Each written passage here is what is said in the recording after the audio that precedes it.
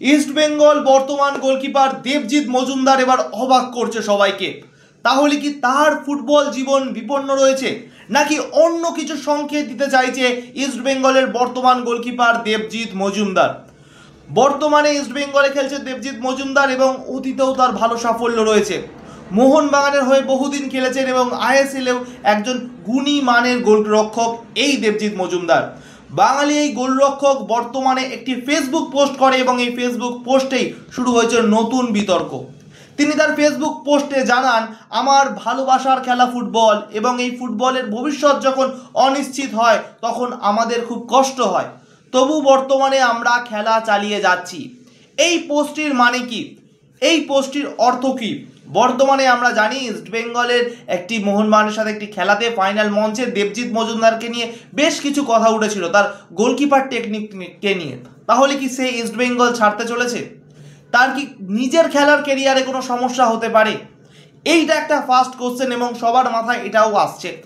বাঙালি একজন গোলকিপার যে দ্রুততার সাথে সাহসের সাথে প্রতিবারই ভালো ফুটবল খেলে থাকে, তার একটা ভুলের জন্য কি সেরকম শাস্তি পেতে পারে?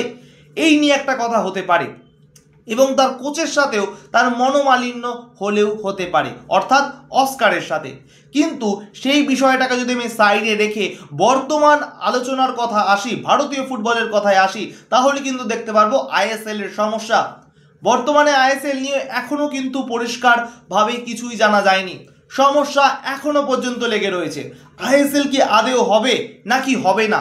যদি একজন আইএসএল খেলা ফুটবল প্লেয়ার এরকম পোস্ট করতে পারে তাহলে কিন্তু সত্যি এটা বড়ই ভয়ানক।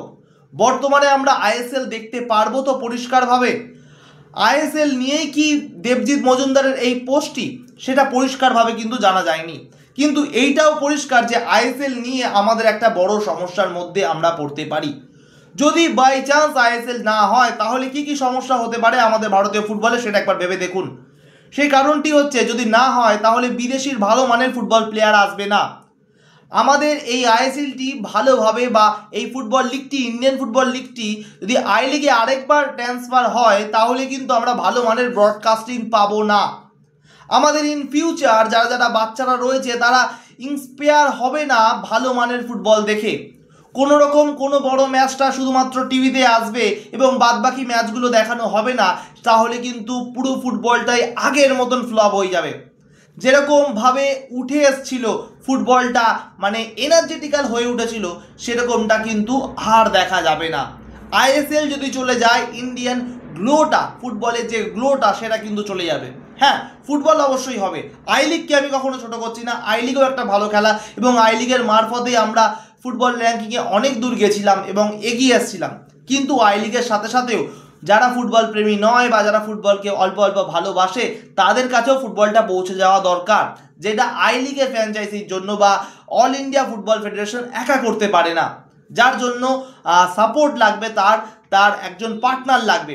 সেটা এফএসডিএল ছিল, কিন্তু এফএসডিএল বর্তমানে রাজি হচ্ছে না সেরকমভাবে। কোনো পরিষ্কার এখনো পর্যন্ত খবর নেই। এতদিন পর্যন্ত আমি বলছিলাম না আইএসএল হতে পারে, একটা সম্ভাবনা রয়েছে, কিন্তু আইএসএল খেলা অতীতের প্লেয়ার, বর্তমানের প্লেয়ার, কন্টিনিউ করা প্লেয়ার যদি এরকম পোস্ট করে তাহলে এটাও অনেকটাই দুঃখজনক। কি হতে চলেছে একজন কন্টেন্ট ক্রিয়েটার বা একজন ফুটবল ফ্যান হয়ে আমি এখনো পর্যন্ত পরিষ্কার তোমাদের জানাতে পারছি না। আমিও মন দিয়ে চাইবো আইএসএল হোক এবং তার সাথে আই লিগও হোক, ফুটবলটা আমাদের এগিয়ে যাক, সামনের দিকে এগোক, তাহলে আমরা ভালো মানের খেলোয়াড় পাবো সামনের দিনে। তোমাদের কি মতামত অবশ্যই জানাবে কমেন্ট বক্সে। আজকের মতন ভিডিও এখানে শেষ করছি। ভালো থাকো, সুখে থাকো, খেলতে থাকো ফুটবলের সাথে, সব খেলাও। টাটা।